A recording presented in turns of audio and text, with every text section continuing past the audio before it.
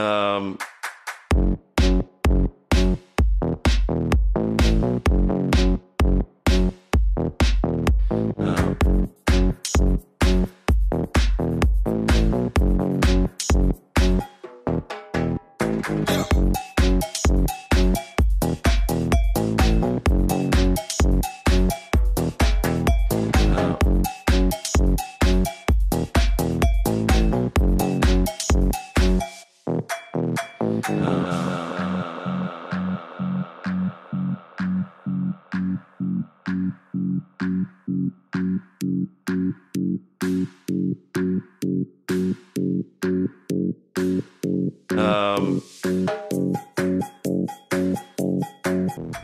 Hi mga kalakwatsa! Welcome back to my YouTube channel. And it's me again, Kazi. And kapag hindi ka pa nakasubscribe, pindutin mo na yung subscribe button dyan. San ba? Nandito yata. Ayun. And for this vlog, itutuloy na natin ang ating hashtag Food Hunt series. But this time, ang mga pupuntahan natin ay ang ating mga university.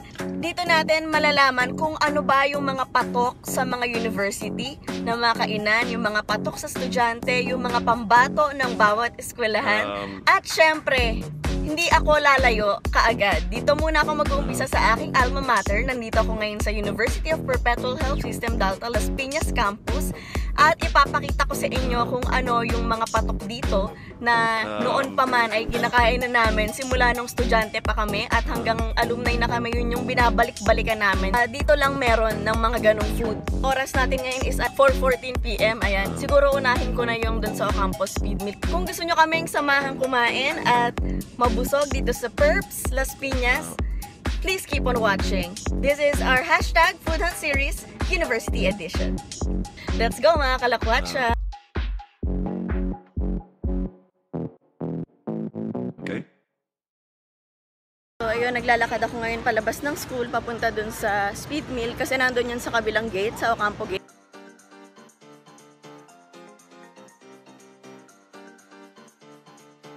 Time check, it's 4 something. Nandito na ako sa Speed Mill and sana may tapa pa.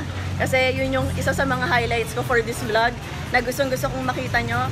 Dito pa rin siya sa pwesto. Sa mga nagtatanong na alumni dyan, yes po, open na open pa rin ang Speed Mill natin. And nandito pa rin siya sa Ocampo. Ayan. And, opo, isang rice. Ayan, mabuti inabutan ko na meron pang tapa. Ayan siya.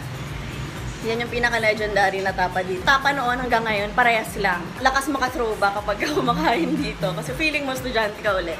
Yan. At marami silang mga budget meals. Pasok talaga sa mga students. Ayan, kung mababasa nyo, it's 1 rice, 1 bulang 45, and so on, blah blah blah blah blah. Yan. Tapos yung tapa, in-order ko pwedeng half lang. Dito na ako sa Speed Mill and ito na yung order ko. At sobrang wala pa rin pinagbago yung lasa niya. Sobrang sarap pa din. Masarap to na isaw-saw sa suka. Ayan.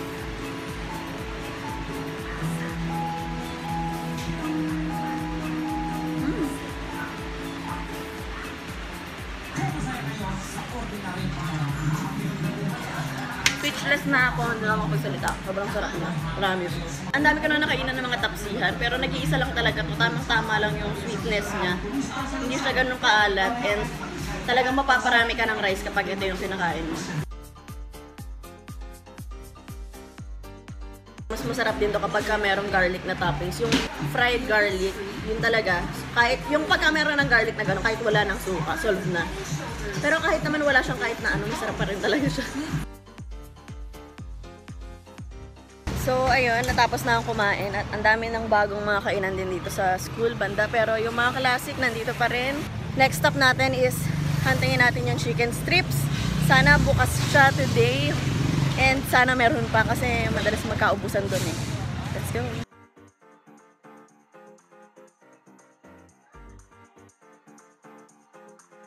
Nandito na ako ngayon sa Times at napadaan ako dito sa mga linya ng internet shops na dalawa na lang yung natitirang pinakamatibay. Yung una is yung, ay nasa likod ko yung Kija, sobrang tagal na yan. And yung isa S-Prep, yung nandun.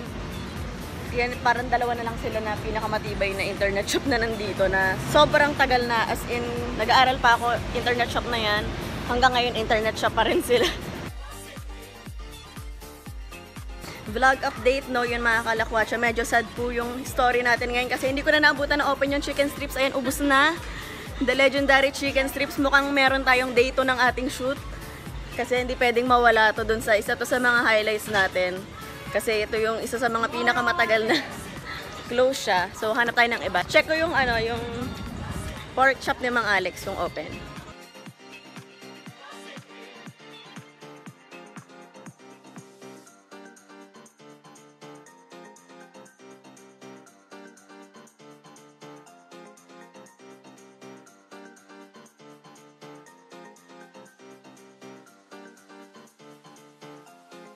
Let me show you something.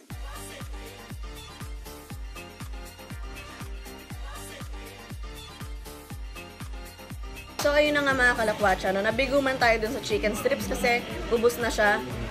Natuloy naman tayo dito kay Kuya Alex at nandito pa rin yung kanilang crispy pork chop na walang pagbabago hanggang ngayon. Sa mga alumni na nagtatanong, yes po, open na open pa rin sila sa dati pong pwesto. Actually, nag-dorm ako dito dati. Basta dun pa rin, pagpasok ng Times, pangalawang kanto kaliwa, yun, nandun pa rin sila. Ganun pa rin, wala pa rin pagbabago dun sa kanilang menu. Kaya sobrang ang sarap mag-throwback dito.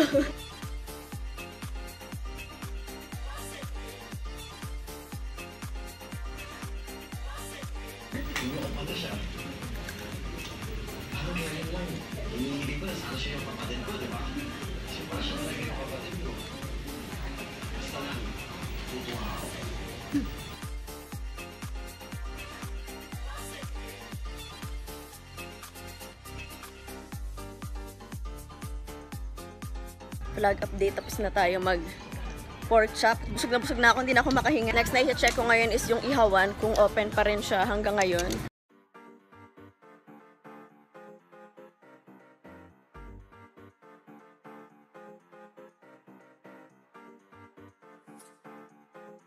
Unfortunately, wala na yung dating ihawan na kinakainan namin nung college, pero meron ditong bago. Which is, I believe, parehas rin naman yung presyo. Nag-inquire ako kanina. Dati, pagka oras na ng kagipitan, dito na kami lagi kumakain. Ang ginagawa ko, ay in-order ko lang, laging 2 isaw tapos rice. Ayun, tawid gutom na talaga. Kaya sobrang kapag kayo mga estudyante, mga tagtipid, marami talaga kumakain sa mga ganito. Yung pwesto niya is parang yung pwesto pa rin ng dating ihawan before. Pagpasok ng Times, nasa unang kanto kanan, dun pa rin siya sa mga alumni na nagtatanong dyan. May ihawan pa rin po sa Times. Legit po siya. May mga ihaw, tas may mga ulam-ulam pa rin. Ito yung name ng bago, na Chris Del Eatery. Ayan.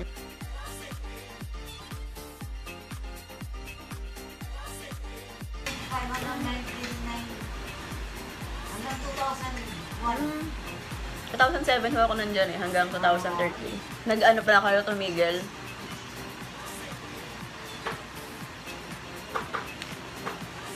Pero yun pala mga kalakwatsa, no? Yung ihaw-ihaw daw nila dito is tuwing hapon lang. So, hapon lang kayo pwede mag-ihaw. Wala kasama yung lunch. Ang sarap ng pagka-marinade nila dito. Nakita ko parang may kalamansi pa doon.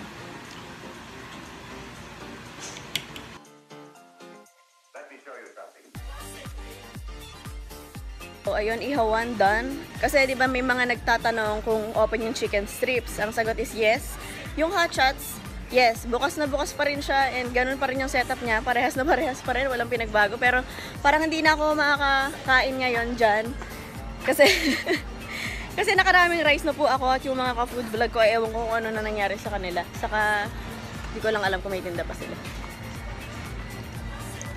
Parang wala na ring hot shots. Ayan, pero buhay na buhay pa siya today. Ayan. Bukas, pag open pa yun, tas kaya ko pang kumain ng 2 beses. Kasi bala ko mag-breakfast tomorrow ng chicken strips. Pagka kaya pa nun siyan ko bukas, tatry ko rin yung hot shots. Next stop natin, pasok tayo sa school. Tignan natin kung open pa yung hidden canteen. Hopefully, open pa siya. Burgers yung papakita ko doon. Oras natin is mag-5:30 pasado na.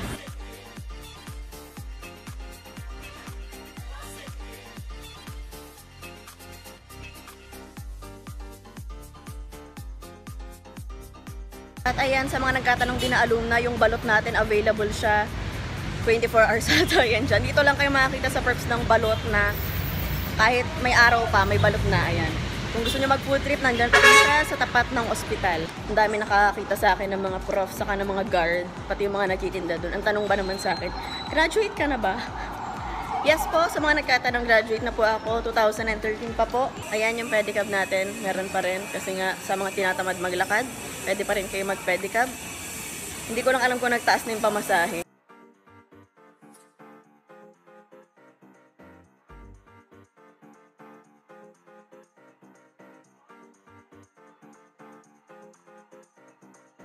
Tingnan natin kung open pa siya. Pero nag-aalangan ako kasi parang sarado na. Kami kasi dito, meron kami ng tunay na kantin, pero hindi kami doon kumakain. Meron dito sa school na tinatawag namin na hidden. Kasi, papakita ko kung bakit siya hidden, han. Ito yung daan.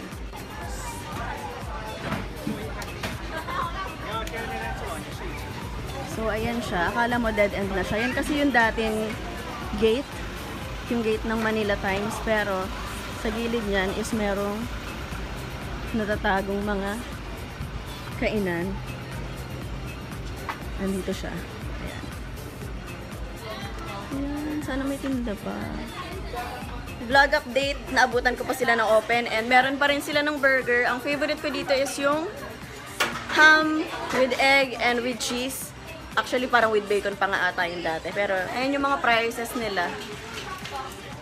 So actually, mas mura siya kaysa dun sa kantina na nasa loob. Kaya siya tinatawag na hidden.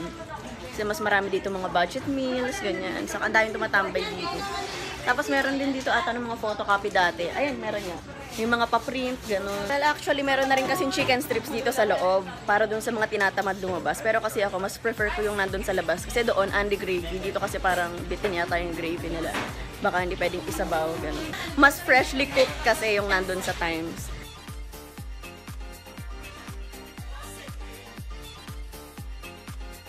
So, eto na yung in-order ko. Ako makikita nyo yan. Hindi nyo pala makita. Ayan, sobrang siksik niya dun sa loob ng laman niya. Sulit na sulit siya. 38 pesos lang po. May ham, may egg, may cheese, may coleslaw, and everything. Tapos medyo social na yung Burps ngayon. Dati kasi tuwing week lang may mga ganito. Ngayon meron na silang mga ganyan. Yung mga franchise. Potato corner, yun. Yung mga ganun-ganun. Dati wala namang ganyan.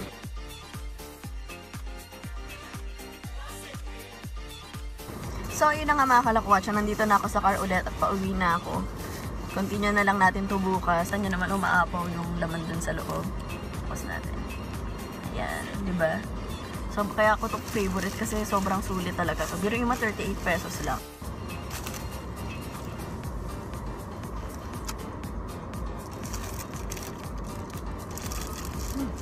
Sarap pa rin. Ganun pa rin yung last. Good morning mga kalakwatsa. Today is another day at kagaya ng ipinangako ko sa inyo, mag-breakfast ako dun sa chicken strips or dun sa hot shots, yung dalawang yon para mapakita ko na at matapos na tong food hunt series na to. Tara, samahan niyo ako. Time check, it's 8:38 a.m. and now we're here at Manila Times Village. Let's go!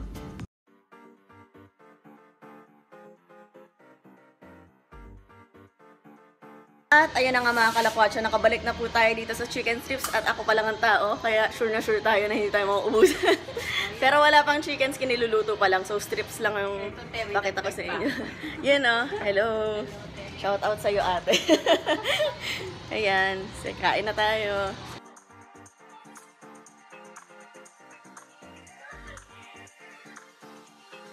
Let me show you something.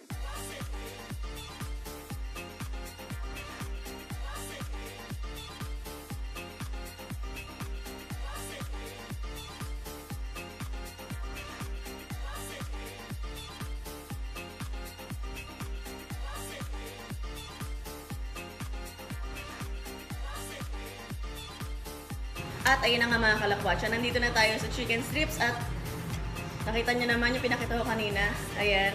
Sa mga alumni po na nagtatanong, yes po, bukas na bukas pa rin po sila. Ang pwesto nila is dito sa may Times, sa may pangalawang kanto. Di ba kahapon sabi ko yung papunta kila Kuya Alex, pangalawang kanto kaliwa. Ito naman yung nasa kanto lang nun mismo.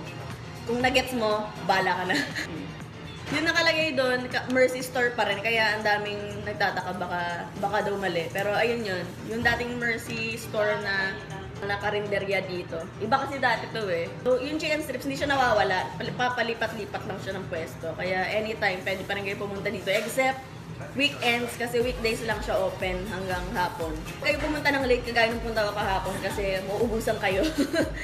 Ngayon, solong-solong wala masyadong tao dito. At ayan mga kalakwatsa, hindi pa rin nagbabago yung lasa niya. Ganon na ganon pa rin. Kaya yun yung maganda dito sa atin sa Perps kasi ang lakas maka-throwback ng mga pagkain. Alam ko makaka-relate kayo.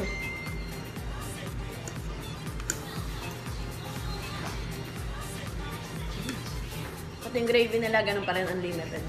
Kung meron yung KFC na unli gravy, meron din dito at mas gusto naman yung unli gravy dito.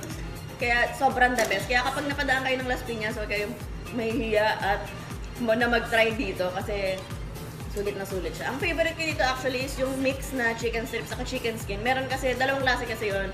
Yung isa chicken strips, ito yun. Yung isa chicken skin. Meron silang variety ng orders. Meron strips lang, meron skin lang, tapos pwede namang mix. Kaya makakapili pa rin kayo. Chicken strips, 45 yung with rice. Yung chicken skin with rice nila, 30 lang. Kaya yung mga estudyante talaga na ng mga naka-budget meal, dito kumakain. Kasi gravy pa lang ulam na. Sobrang sulit na sulit siya. Kahit tagtipid ka naman o hindi, dito ka pa rin naman kakain kasi nga masarap siya. Vlog update mga kalakwatsa, si ate, in-sponsoran niya ako ng chicken skin. Shout out sa'yo, te. Ayan, ito yung chicken skin kasi luto na siya. Ayan, papakita ko sa inyo. Sobrang crunchy nito.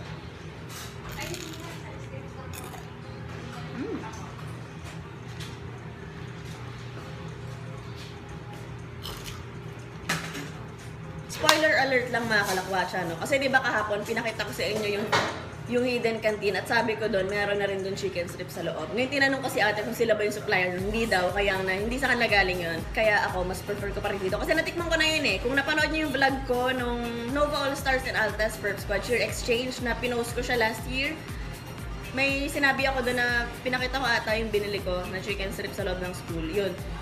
Tapos parang na-amaze ba ako kasi meron siya sa loob. Pero hindi pala, mali pala. Wrong information. Ito lang ang naging isa at legit na chicken strips dito sa Perps. Bale, ito po yung nasabi ko na pinakapambato ng school namin pagdating sa kainan. And yung mga school nyo, kung meron kayong mga pambato rin, panlaban sa mga alma mater nyo dyan, comment nyo lang sa baba or i-message nyo ako sa Facebook para pupuntahan natin yan at baka malay nyo makasama rin kayo. Basta, message nyo ako. Malay nyo, puntahan natin, di ba? So, ayan mga kalakwatsa, paalis na tayo kasi may pasok pa ako. Interview ko lang ng konti si ate. Hi, hello po, ate. Hi. Ayun po kayo sa mga kalakwatsa natin. Ano pong name nyo? Yet. Ate Yet. Gano'n na po kayo katagal nagtitinda dito? Si Lola dito, 19 years na. Sa ano niyo po talaga, sa family business? Sobrang tagal na pala talaga. Tapos hindi niyo po, parang hindi niyo po pinagkakatiwala sa iba yung ano. Ayaw ni Lola. Ayaw nila, dahil ka mag-anak pa rin po. Meron nga rito pong pinche, merong Cavite, gusto ano yung recipe ni Lola. Ayaw ni Lola. Talagang sikreto. Sobrang 2007 kasi ako pumasok ng Perps. Nandito na sila.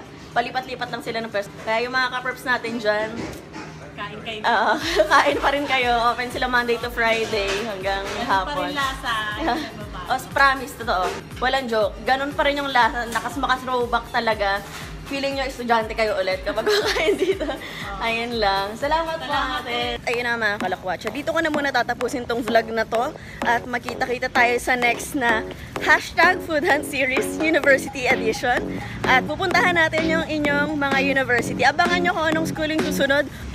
Hopefully, Adamson University next natin puntahan para sa ating University Edition. Yun lang. Thank you for watching. Don't forget to like, comment, and subscribe. And support Filipino vloggers. Thank you for watching. See you next trip. Bye-bye.